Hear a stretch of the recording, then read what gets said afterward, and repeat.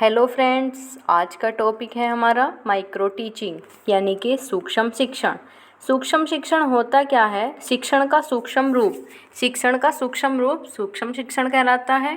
सूक्ष्म शिक्षण एक तकनीक है जिसका उपयोग छात्र अध्यापकों में कौशल के विकास के लिए किया जाता है। यानी कि मतलब क्या है, इस बात का मतलब ये है कि एक टेक्निक है जिसका यूज़ हम टीचर्स और स्टूडेंट में स्किल्स को डेवलप करने के लिए यूज़ में लाते हैं। ठीक है। पीपल टीचर, छात्र क्या होते हैं यहाँ पर? प्यूपिल टीचर होते हैं। इसे न्यूनता शिक्षण उपागम भी कहते हैं। क्या कहते हैं इसे? न्यूनता शिक्षण उपागम भी कहते हैं। सूक्ष्म शिक्षण की अवधारणा इवेन एलन ने 1963 में स्टैनफोर्ड विद्यालय में उत्पन्न की थी। ठीक है, उत्पन्न हुई थी। मतलब क्या है, सूक्ष्म शिक्षण की अवधारणा किसने दी? एलन ने दी 1963 में स्टैनफोर्ड यूनिवर्सिटी में। ठीक है। भारत में सूक्ष्म शिक्षण की शुरुआत डी तिवारी ने 1967 में CPI इलाहाबाद में की। मतलब जो अगर हम देखें कि इसका अवधारणा यानी कि कॉन्सेप्ट किसने दिया है, वो दिया है हमारे इवेन एलन ने 1963 में स्टैनफोर्ड यूनिवर्सिटी में। ठीक है। लेकिन इंडिया में सूक्ष्म शिक्षण की शुरुआत किसने की है? डी तिवारी ने 1967 में CPI इलाहाबाद में। ठीक। अब बात करते हैं इसमें रिड्यूसिंग। रिड्यूसिंग का क्या मतलब है कि हमें किन चीज़ों को शॉर्ट करना चाहिए यानी कि रिड्यूस करना चाहिए। सूक्ष्म शिक्षण में किन चीज़ों को कम करते हैं? क्लास साइज 5 से 10 प्यूपिल्स होंगे। प्यूपिल्स वो भी और बच्चे भी हो सकते हैं और आपके जो पीयर ग्रुप भी हो सकते हैं। यानी कि अगर मान लिया आप BEd DLEd वगैरह कर रहे हैं तो आप अपने ही क्लास के बच्चों को बैठाकर तो वहाँ पर उन्हें भी टीचिंग करा सकते हैं। ठीक है। टाइम ड्यूरेशन कितना होगा? 5 से 10 मिनट होगा ओनली। माइक्रो टीचिंग में time duration only 5 to 10 minutes. ठीक है। टॉपिक साइज छोटा होगा। Classroom complex. ठीक है। अब प्रोफेसर एलन के अनुसार 14 शिक्षण कौशल बताए इन्होंने। कितने बताए? 14 टीचिंग स्किल्स बताए। ठीक है। अब इसमें इम्पोर्टेंट याद रखने वाली चीज़ क्या है कि शिक्षण कौशल डायरेक्ट क्वेश्चन आ सकता है कि एलन ने कितने टीचिंग स्किल बताए थे? कितने बताए थे? 14। अब एक बार उन पर नज़र डालते हैं। फर्स्ट है स्टिमुलस वेरिएशन। क्या है stimulus variation? Second set induction closure. ठीक है। Teacher silence and non verbal cues. ठीक है। Reinforcing pupil participation, fluency in questioning, probing questioning, use of higher questions, divergent questions, recognising and attending behaviour, illustrating and use of examples, lecturing, planned repetition, completeness of communication। मतलब क्या है, हिंदी समझते हैं एक बार। सबसे पहले स्टिमुलस वेरिएशन का क्या मतलब होगा कि हमें देखते हैं कि हमें पढ़ाना क्या है। ठीक है। सेट इंडक्शन यानी कि हम चीज़ों को सेट कर लेंगे कि हाँ हमें आज जाकर ये पढ़ाना है। ठीक है।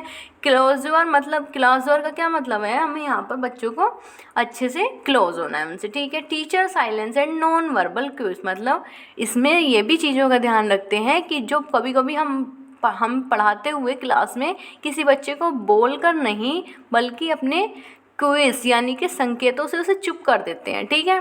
तो ये उसमें आता है। रीइंफोर्सिंग प्यूपिल पार्टिसिपेशन यानी कि पुनर्बलन पर काम करो। बच्चे जो हैं यानी कि जो बच्चे बैठे हैं उनको पार्टिसिपेट कराने के लिए रीइंफोर्समेंट करो। ठीक है। फ्लुएंसी इन क्वेश्चन यानी कि क्वेश्चन पूछने की फ्लुएंसी तुम्हारी अच्छी होनी चाहिए, साफ होनी चाहिए। ठीक है। 7 क्या बात करता है? Probing questioning. प्रोबिंग क्वेश्चनिंग का क्या मतलब है? हम एक क्वेश्चन से, जैसे मान लिया एक क्वेश्चन से हम अन्य क्वेश्चन को रिलेट करके बच्चे को समझाएं। ठीक है। यूज़ ऑफ हायर क्वेश्चंस यानी कि अच्छे क्वेश्चंस का भी यूज़ करो। डाइवर्जेंट क्वेश्चंस, डाइवर्जेंट का क्या मतलब होता है कि जो बच्चे को चारों तरफ से चहुमुखी दिशाओं में सोचने पर मजबूर कर दे। ठीक है। रिकॉग्नाइजिंग एंड अटेंडिंग बिहेवियर, बच्चों के बिहेवियर को रिकॉग्नाइज करो और उनके बिहेवियर को के साथ तुम अच्छा तालमेल बनाओ। ठीक है। Illustrating and use of examples, examples का यूज़ करो जिससे कि बच्चों को अच्छे से समझ में आए। लेक्चरिंग, अच्छे से लेक्चर देना। प्लान रिपीटेशन यानी कि चीज़ों को रिपीट करो, जो तुमने पढ़ाई है उन चीज़ों को रिपीट करो, ठीक है। कंप्लीटनेस ऑफ कम्युनिकेशन यानी कि जो तुम कम्युनिकेशन कर रहे हो उनकी कंप्लीटनेस को देखो, ठीक। अब बी के पासी के अनुसार 13 टीचिंग स्किल थे। बी के पासी ने कितने दिए? 13 दिए। एलन ने कितने दिए थे? 14 दिए थे। इन्होंने क्या बात करी? इन्होंने बात करी writing instructional objectives, introducing a lesson, fluency in questioning, probing questioning, explaining, illustrating with examples, stimulus variation, silence and non-verbal quiz, reinforcement, increasing, using blackboard, achievement closure, recognising, attending behaviour. ये भी क्या बात करते हैं? इनमें सब में कॉमन है कुछ चीज़ें, वो हम आगे पढ़ेंगे, ठीक है। ये सब ब्लैक बोर्ड का कैसे यूज़ करना है, बच्चों को कैसे पढ़ाना है, कैसे उन्हें क्वेश्चंस पूछने हैं, किस फ्लुएंसी में उन्हें पढ़ाना है, ठीक है। अब एनसीईआरटी के अकॉर्डिंग कितने टीचिंग स्किल बताए गए हैं? वो बताए गए हैं 19, ठीक है। अब 8 प्रमुख टीचिंग स्किल हैं। एनसीईआरटी ने जो 8 है वो मेन है, वैसे इन्होंने कितने बताए हैं? 19, ठीक है। अब वो कौन से हैं? स्किल ऑफ प्रोबिंग क्वेश्चन यानी कि गहनता से प्रश्न पूछने का कौशल, जो मैंने बताया था कि एक क्वेश्चन से तुम अनेक क्वेश्चन रिलेट करके बच्चों से पूछो। स्किल ऑफ एक्सप्लेनिंग परिभाषित करने का कौशल, ठीक है। स्किल ऑफ इलुस्ट्रेटिंग विद एग्जाम्पल्स उदाहरण के साथ परिभाषित करो। स्किल ऑफ स्टिमुलस वेरिएशन प्रश्न पूछने का कौशल, ठीक है। स्किल ऑफ क्वेश्चनिंग प्रश्न पूछने का कौशल। Skill of using blackboard, blackboard का यूज़ कैसे करना है। Skill of introducing a lesson पाठ परिचय का कौशल, ठीक है। अब बात करेंगे सूक्ष्म शिक्षण के चरण के बारे में। कौन कौन से चरण है? स्टेप 1 में क्या है? कौशल परिभाषित करना। स्टेप 1 में क्या करेंगे? हम अपने स्किल को परिभाषित करेंगे। स्टेप 2 में विशेषज्ञों द्वारा प्रदर्शन करेंगे। स्टेप 3 में एक छोटी पाठ योजना तैयार करो। स्टेप 4 छोटे समूह में शिक्षण। स्टेप 5 परिचर्चा या प्रतिपुष्टि या फिर फीडबैक। स्टेप 6 पुनः योजना। स्टेप 7 पुनः शिक्षण। स्टेप 8 पुनः मूल्यांकन, ठीक है। अब माइक्रो टीचिंग साइकिल होती है, ये बहुत इंपॉर्टेंट है, क्वेश्चन यहीं से बनता है मोस्टली, ठीक है। क्या होती है? सबसे पहले हम क्या करेंगे? प्लानिंग करेंगे, ठीक है। प्लानिंग करी। अब ये बात ध्यान रखना, माइक्रो टीचिंग में कभी भी प्लानिंग का टाइम नहीं जोड़ते हम, ठीक है। प्लानिंग करके लेके जाएंगे हम घर से, ठीक है। कोई चीज़ों की हमने प्लानिंग की, घर से ले गए, ठीक है। उसके बाद हमने क्लास में जाकर क्या किया? टीचिंग की, ठीक। उसके बाद हमें जो पीछे एग्जामिनर मान लो या फिर रिकॉर्ड करते हैं हम, कहीं कहीं पर रिकॉर्ड होती हैं चीज़ें, उससे हमें फीडबैक मिलेगा। फीडबैक मिलने के बाद हम जो हमारी त्रुटियां हुई हैं, मिस्टेक्स हुई हैं, उसमें हम रीप्लानिंग करेंगे। देन हम री टीचिंग करेंगे। उसके बाद री फीडबैक मिलेगा।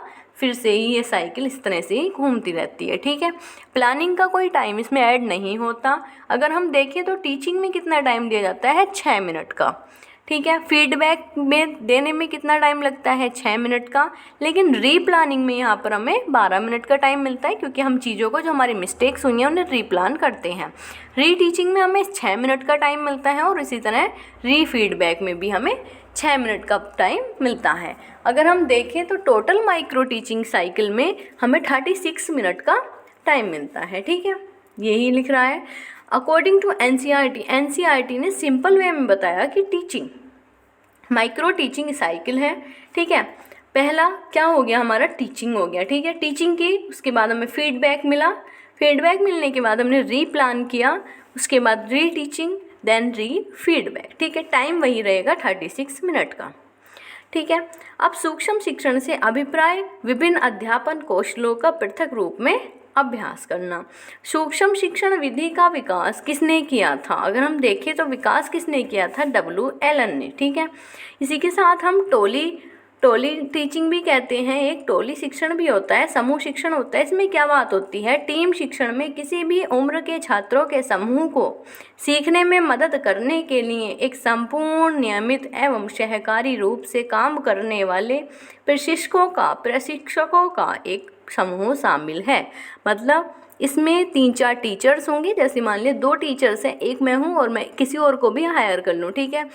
तो जो टॉपिक्स मेरे एक तरह से मान लो आप स्ट्रोंग हैं, मैं अपने टॉपिक्स छांट लूँ और जो दूसरे टीचर हैं वो भी अपने टॉपिक को छांट लें, देन वो आपको पढ़ाएंगे। तो उससे क्या होगा कि टीम टीचिंग होगी ये, ठीक है। टीम टीचिंग का क्या मतलब है, जो मेरे स्ट्रॉन्ग टॉपिक्स हैं मैं उनको अच्छी तरह से एलिबरेट कर पाऊँगी आपके सामने, और जो अदर टीचर जो मैंने हायर किए हैं, मान लिया सपोज, ऐसा कुछ नहीं है वैसे, तो वो अपने अच्छे तरह से आपको एलाबोरेट कर पाएंगे, ठीक है। इसी के साथ हमारी आज की क्लास कंप्लीट होती है। अगर आपको क्लास अच्छी लगे तो लाइक, शेयर और कमेंट ज़रूर करें और चैनल को सब्सक्राइब कर दें और बेल आइकन को प्रेस कर दें, जिससे कि मेरी आने वाली क्लासेस की आप तक सबसे पहले नोटिफिकेशन पहुंच जाए। इसी के साथ बाय बाय स्टूडेंट्स, मिलते हैं एक नेक्स्ट क्लास में। तब तक के लिए बाय बाय।